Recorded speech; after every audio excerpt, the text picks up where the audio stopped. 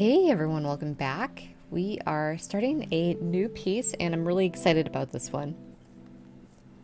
As many of you know, I typically paint realism and I really wanted to do something that was a little bit more abstract just for myself. And yeah, I mean, for you too, obviously. But I had to like push myself out of my comfort zone and do something that was a little bit more expressive and something that was super vibrant and colorful, something that I've always wanted to play with, but I never felt like I had enough practice to make it look good. So I was like, well, better practice what you preach, kind of thing.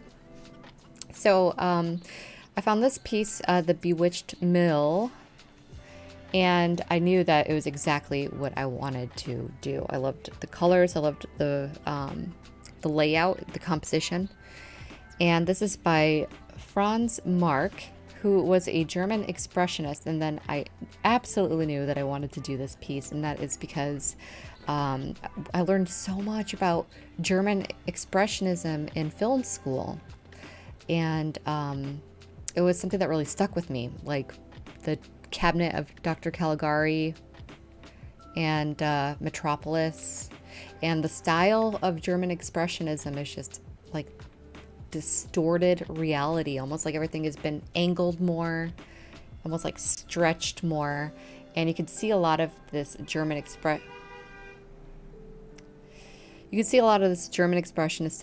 style in a lot of horror films, So I thought it was a kind of an interesting style, and this doesn't feel like a horror film at all. It is so beautiful, and it's taking this simple place, this moment in time, and it was Mark Franz would go to Murano, Italy, and this was a scene of the birds next to this mill, and it's just beautiful. And I was like, man, I would love to give this one a try. So anyhow, enough about why I chose to do this. Let's actually talk about the piece a little bit.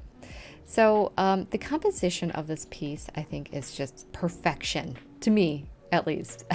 I just love that the way the waterfall, the waterfall coming down the middle just cuts and creates this equal symmetry both on the left and the right side. Although with the shapes that are being used, it breaks things up enough where you're constantly moving your eye around the entire piece. What I'm working on at this very specific moment in time are these buildings in the background. There's almost like a few layers of buildings. There are some in the very front. There is the mill, the circular round red object on the left-hand side that is kind of still in like middle ground. And then in the background, we have these buildings. He added this like white to it to kind of mute it a little bit, and it does really push backwards, even though it is very distinct in shape and style. Okay, so then after that, we have a very prominent element of this piece, which is the mill itself, this circular water mill. And the shape is so different than the rest of this very blocky, almost like cubist style. So it really does pull the viewer's eye to that area as well, especially because it is this vibrant red color. Okay, and then after that, let's talk about the shape or the element that is cutting through the center of the piece, which is this waterfall.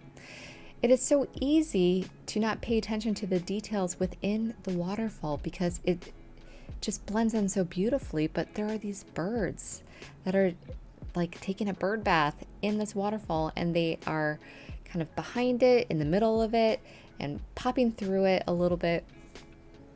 And then if you lead your viewer's eye, as it leads the viewer's eye down to the right, we have another very bright visual element, which is this, I don't know, maybe a deer or something drinking from the water. And there's another creature behind it. It almost looks like I'm not really sure. It could be like a wolf, like a wolf, or it could be a pig. Like I really don't know, but it is this very contrasting element from the one in front of it, which is like this very soft long-necked creature drinking from it. So there's a lot to tackle here. There's a lot of themes going on here. And I think since this is a long one, we really could dive in and talk about not only the piece itself, the composition, but also how I am tackling it. So why don't we talk about how I am tackling it first? Because if you're going to be trying this piece, it will be good for you to have some kind of idea about how to move forward with it. And as you see, I'm really just blocking everything out first. The blue sections, the green sections, the red sections. The yellow, you can wait on. You don't have to add the yellow in right away, because even though it is a prominent color of this piece, it's not shown that often. It's almost like the last color that you can add to the piece, because it is just splotches here and there that will really pull parts of the piece forward. And because it is so bright and vibrant, that is really part of its feature, is areas that are in silhouette or in shadow a little bit. When you add that pop of color, will draw the eye to that area. Otherwise, that area might get lost. And you probably did not want that area to be lost. So adding a pop of color really pulls the viewer's eye through there.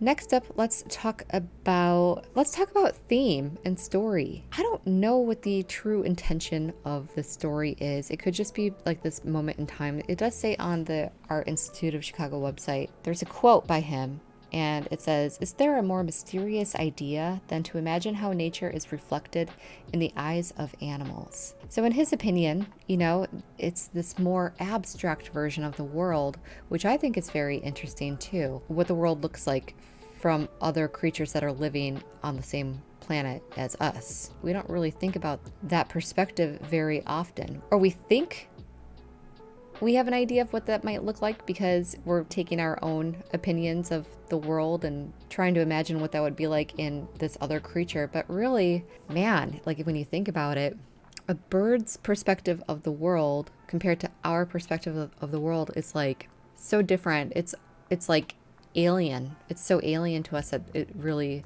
might even open up the possibilities of like the imagination for humans to think about. That is what he did with this piece. Like some interesting themes going on as far as softness and hardness. So we have all these hard shapes, these squares, rectangles, and very structural types of elements mixed with these organic shapes. So even at this very moment in time in the painting, I'm adding in these very organic lines, these curved lines of the tree.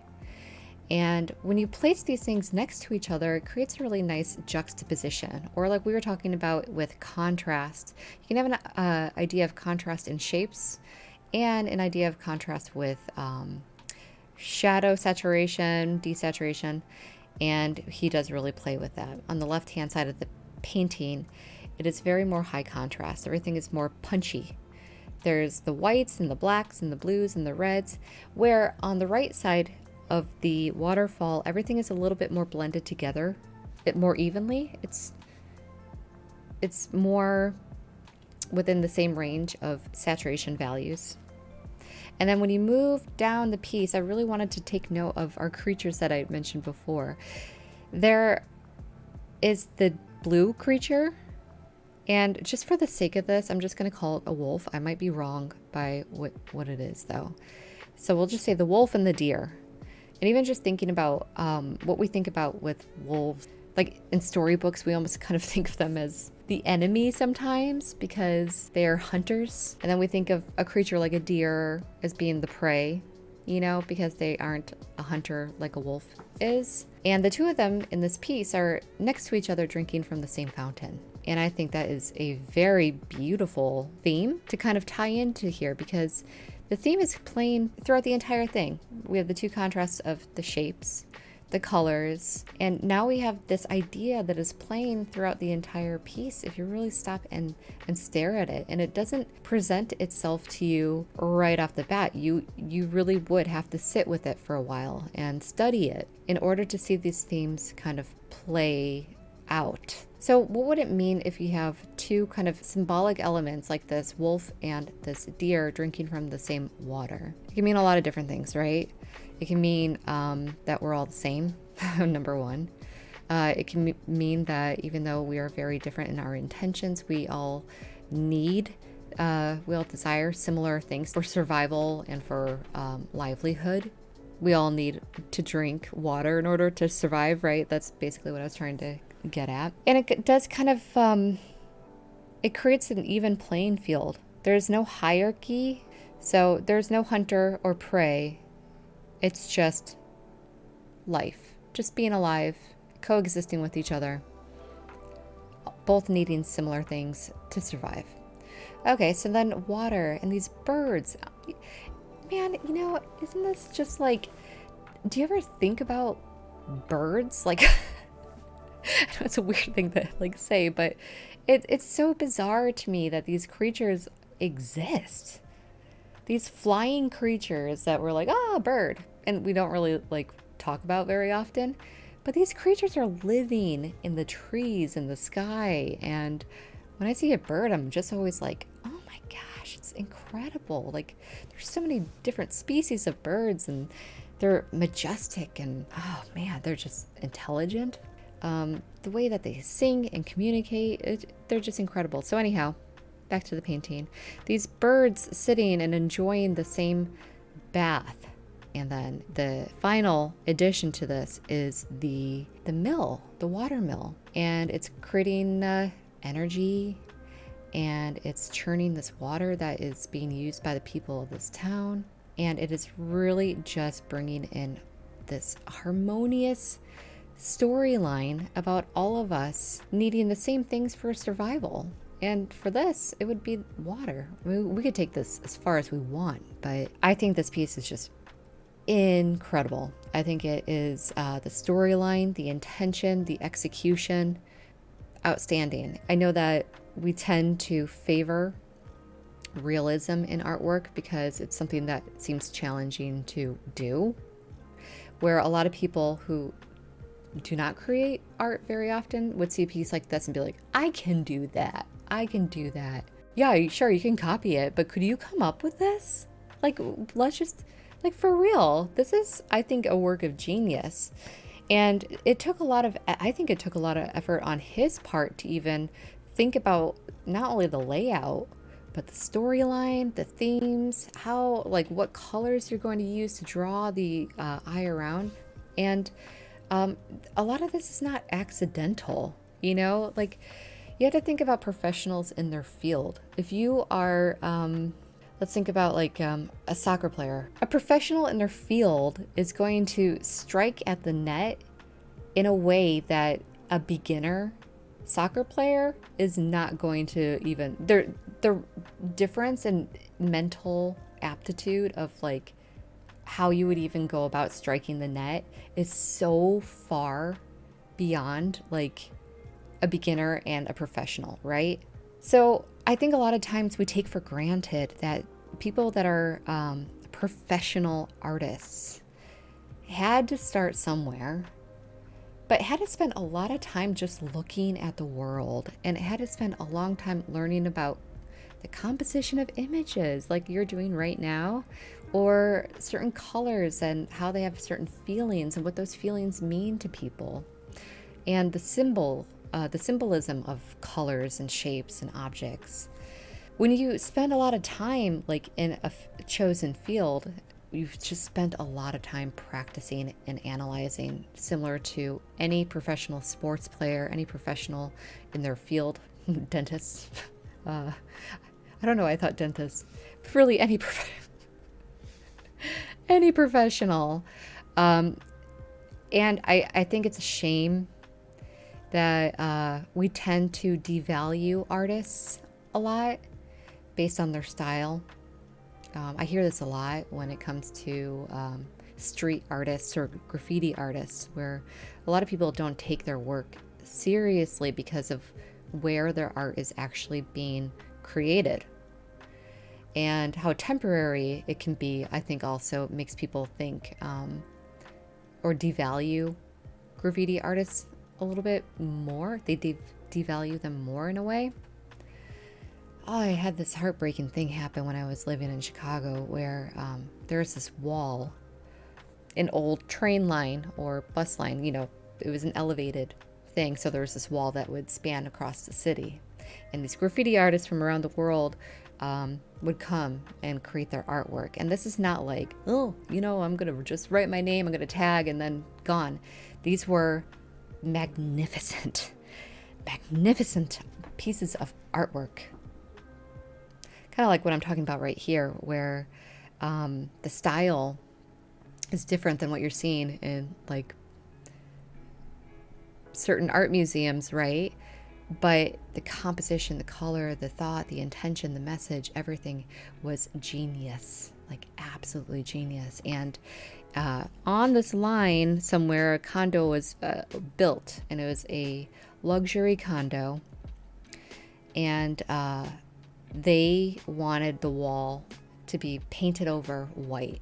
We ended up like forming an artist protest where I was so young at that time. I was just kind of along for the ride, watching the story unfold. And we went to these protests saying like, listen, like this is amazing, artwork. And really this is just opening eyes of the beauty of our culture, the city of Chicago or whatever. Long story short, they painted over it. And strangely enough, they painted over it, they whitewashed it, and they had someone come in and do a replica of a Monet water lilies. And it wasn't like, wow, that is a very striking resemblance of water lilies. It was like a watered down version of the real painting.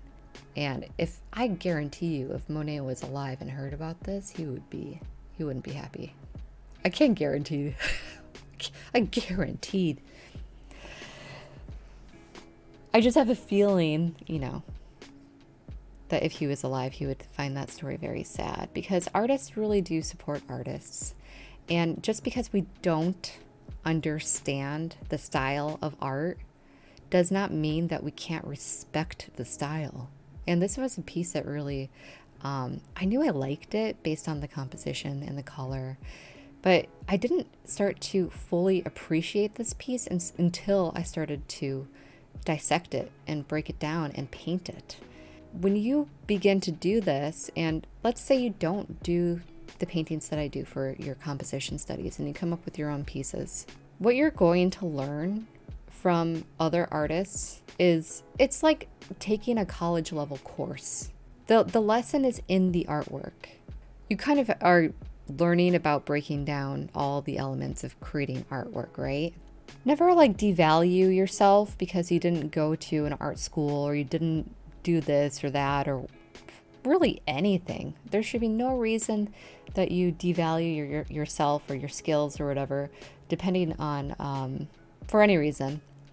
But especially if you're a new artist and you see someone making art that is like, you're like, wow, I wish I could do that. Don't bring yourself down. You might just need a little bit more time to play and to practice and to study. And all of us have been there. We've all been there. And I still don't think, and I think as an artist, you never really get there, because once you finish your piece, you're like, man, I learned something about this. I want to try this out. The great thing about being an artist is your work is never done unless you choose for it to be done. I think the hard thing too is like when you're exploring your style and you find something that maybe you like for a short amount of time, but it doesn't feel like you would like it forever. And then you kind of get stuck in that and people expect you to create like that all the time. This happens a lot when you go see a concert, right? And they're like famous for a certain style of music, certain types of songs. And you're like, play Freebird or whatever it is, And they're like, I have played that forever, and I am 20 years older than I was when I wrote the lyrics for that song and made that music. I want to play something else now because I am a different person. I think that's a hard part about being an artist is people expect the same things from you. So I think it makes it hard for people to share new works that they do because as humans, we're very critical. And it's easier to criticize someone else than ourselves, or maybe or maybe you're hypercritical of yourselves and you don't criticize other people. Either way, we tend to be critical, and I think the only way to move past that is to really just acknowledge it. When we start to criticize someone else or to talk someone else down, is to be like, why am I talking them down? Because usually what happens is if we criticize other people, another artist, another something, um, sometimes it's a reflection of who we are, right? We're like, oh, I don't like that because I'm this way. We try to put ourselves into boxes. So when it comes to art, it's hard, I think, for artists because we like to play, we like to try out new things, and I think we're generally people that don't like to be put into boxes because playing is just so much fun.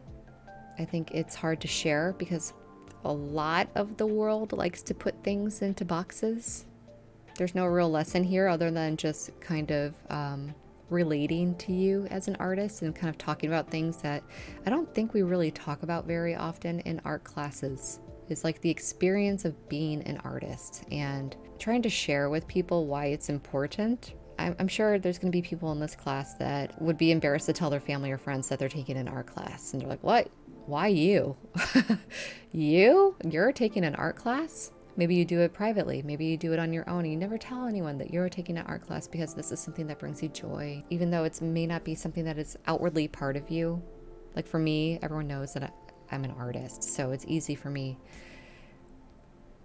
to talk about it, to share it, and I guess to even be a little bit weird to express myself the way that I want to, because they can just say, oh, she's an artist. She says these weird things. But I think for a lot of people who are put into these boxes have a really hard time being able to share these things with the people that are most important in their lives.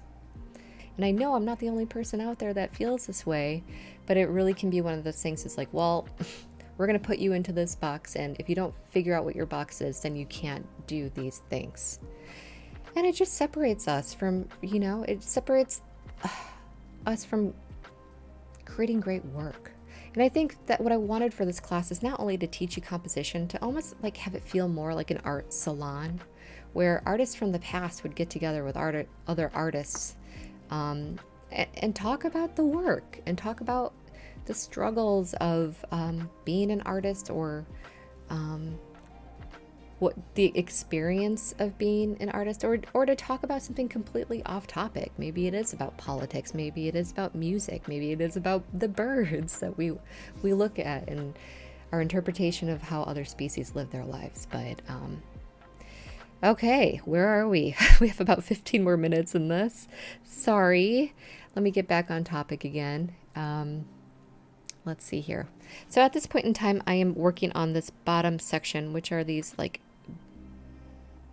these green cubes, which I'm not really sure what it's supposed to be.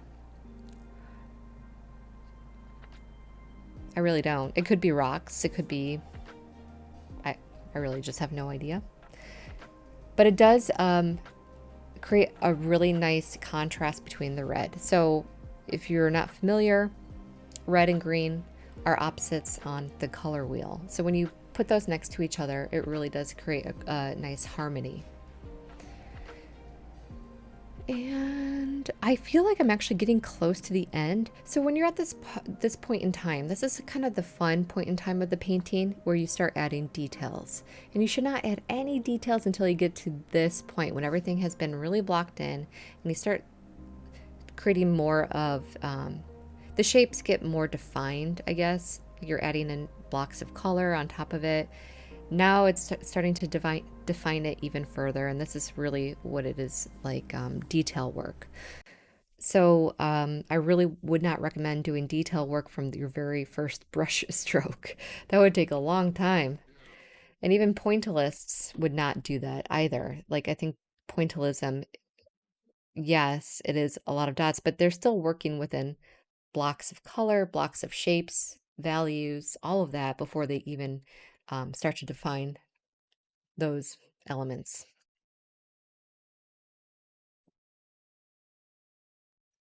All right, we're coming to that part where this deer, is it a hog? I really don't know. I'm sticking with it that it's a wolf, though. I really like that theme, too. And we didn't talk about the trees that are kind of popping out underneath. It looks like it's behind this. It's not even like a waterfall. It looks like it's coming from a pipe or something, and the trees are maybe kind of in coming through it as well. And yeah, it's probably the pipe that goes to the mill, huh? So it's probably making it spin.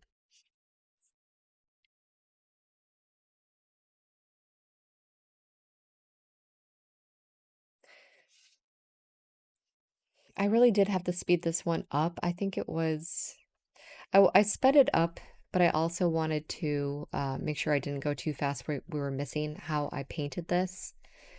So another thing too is when it comes time for you to do these masters, I really did not want it to be like a step by step like we did in the first 10 pieces. The step by step was mainly to equip you with the knowledge about how you would break down the principles of composition, but also get you to a point from very basic to a little bit more advanced where you felt like you could start taking on any composition and you would know how to go through that process.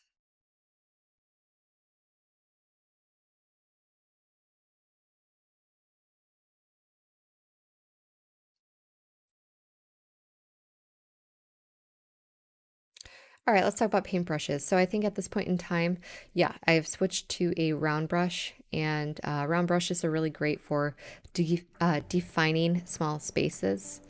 And round brushes are great for outlining, as you can tell at this very moment in time. That is sort of what I'm doing. I'm going back in and adding in those lines to define those shapes in the background. I think it is part of the city that we are seeing there.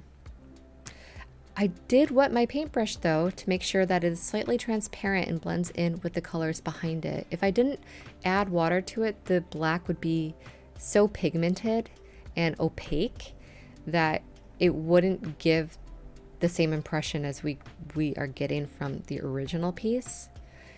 So again, really make sure that you're playing with or trying out what the paint would look like if you added less water or more water to your pigment. I also noticed too that you might want to try is if your paintbrush is dry and you add paint to a dry paintbrush, you're going to get a great texture. But if you wet your paintbrush first, and it doesn't have to be damp, like you can even kind of wipe it a little bit on the side of your cup or whatever your water container. If you add paint to a wet paintbrush, you're going to get a much smoother line. Now, if you add wet paint to a wet paintbrush, then you're going to get a very wet, long line, which could be great, but also it's easy for your paint to pool up. And if your canvas or your paper or whatever your painting surface is on an angle, if you have too much water in your paint and your paintbrush is too wet, it is going to drip, which might be a happy accident or it may not be what you wanted at all. So be sure that you're paying attention to these kind of things.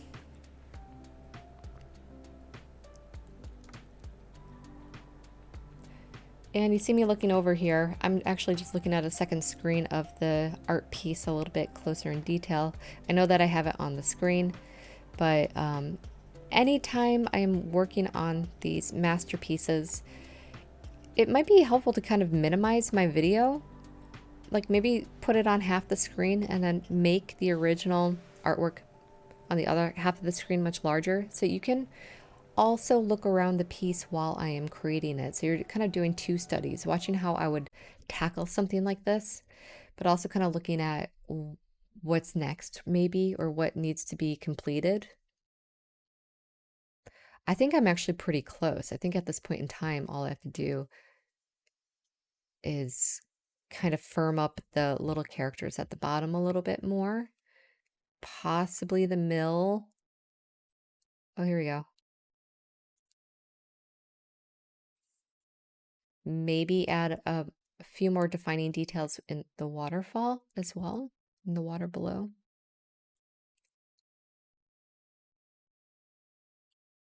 But this is not my original work. But man, I actually really liked the way my study turned out. And I think after this class is done, I'm going to get a little picture frame and put this one by my bed. Because not only do I think it's beautiful, but I just love the message.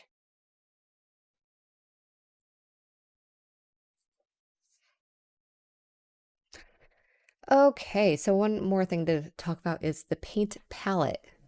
There's no real rhyme or reason, you're probably thinking, like, look at how my paint is laid out. But there is a method to the madness, and I will try to explain it more with the upcoming paintings as well. But to begin, I kind of put all the pigments that are, I usually do it from like light to dark pigments. Like, it doesn't look like I did it here, maybe, or maybe we just can't see the paint palette, but I usually like to have them in a row, horizontally or vertically, from light to dark, or colors that will mix well with each other. Like, for instance, the blue and the yellow are right next to each other. And if you mix those two colors together, you would get a green. So those might be nice to have next to each other. If you put blue and orange next to each other, those are complementary colors, which would, as you know from our previous studies, we can use to really create shadows, like realistic looking shadows and things like of that nature. You can group your colors together by coolness or warmness. There's really, it really does come down to how, like, you do need to kind of figure out what your process of work is like, your style, and from there it'll be easier for you to figure out how you would lay the paints onto your palette. And if you're taking this course, you probably have taken my realistic portraits for beginners course, not sure, but in that course you really do see how my process helps me with everything. So I've really fine-tuned my process where I know exactly what steps I need to take from start to finish, what colors I'm going to be using and in what order. So at this point in time, because I've had all this practice and I've developed a process that works really well for me, I don't really think very much about how I'm laying out the colors. One thing I can tell you though is the more practice I get as a painter, the less colors I end up using. Before, I used to put like every color that I owned on my paint palette, and I'd be like, which one should I use first? And then you realize that over time, like, your paint dries, or as you're painting, like, nothing looks cohesive on your canvas, and you're like, yeah, this looks a little sloppy. Why does it look this way? It looks that way because you're making it too complicated. Simple really is better in a lot of ways, right? But especially when it comes down to your paint colors. Like, pick 3 paint colors that you really like, maybe a warm one, a cool one, and possibly your in-between, sort of like your primary colors, but it can be variations. And then, like, stick with it. Add white and black. Play with it. See what you get by mixing those colors together, plus white and black. And I guarantee you that the cohesion in your piece will tighten up, and it will look like everything, all your elements then belong in the same world. Like, if we're looking at this, yes, I use more than 3 paint color choices, but by only using, I think it was maybe 4 or 5. I know that I listed it at the beginning of this. I just need to, I'm not quite sure what it was, but by using the same colors throughout the entire piece, it looks cohesive. And you can play with the strength of all those colors and make it look very different and unique. But when you're starting off, my biggest tip for you is actually just to keep it simple. And not only will it be easier for you as an artist, but it'll make your artwork look better too. All right, we're coming up to the end of this. I cannot believe it. I will see you in the next piece. Take care. Bye.